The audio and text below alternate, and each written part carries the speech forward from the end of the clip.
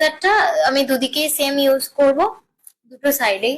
তোমরা যে যে ময়েশ্চারাইজার ইউজ করো সেটা ইউজ করো। এটা আমি আমার পার্সোনাল ইউজের যে ময়েশ্চারাইজার বায়োটিক, আমি সেটা ইউজ করছি। ফেসের এই সাইডটাতে আমরা ওয়াটার প্রুফ টেকনিকে মেকআপ করবো এবং এই সাইডটাতে আমরা নর্মাল টেকনিকে মেকআপ করবো। ময়েশ্চারাইজারের পর আমি এখানে ইউজ করছি রিকর্ডের এই প্রাইমারটা। তোমরা এটার জায়গায় মার্সের গ্রিপ প্রাইমার ইউজ করতে পারো, কিংবা ল্যাকমির একটা ব্লার পারফেক্ট প্রাইমার আছে ব্ল্যাক কালারের কোটো মোস্ট প্রবাবলি। ওটা আমি যখন বহু বছর আগে সেলফের জন্য আমি ওটা ইউজ করতাম, তোমরা ওটা ইউজ করতে পারো। আমার কাছে এটা অ্যাভেলেবেল আছে, আমি এটাই করছি।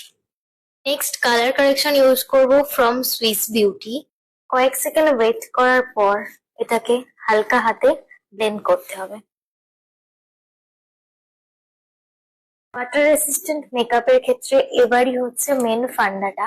তো আমি এই ল্যাকমির এই মেকআপটা, এই ফাউন্ডেশনটা এই সাইডে নর্মালি ইউজ করব।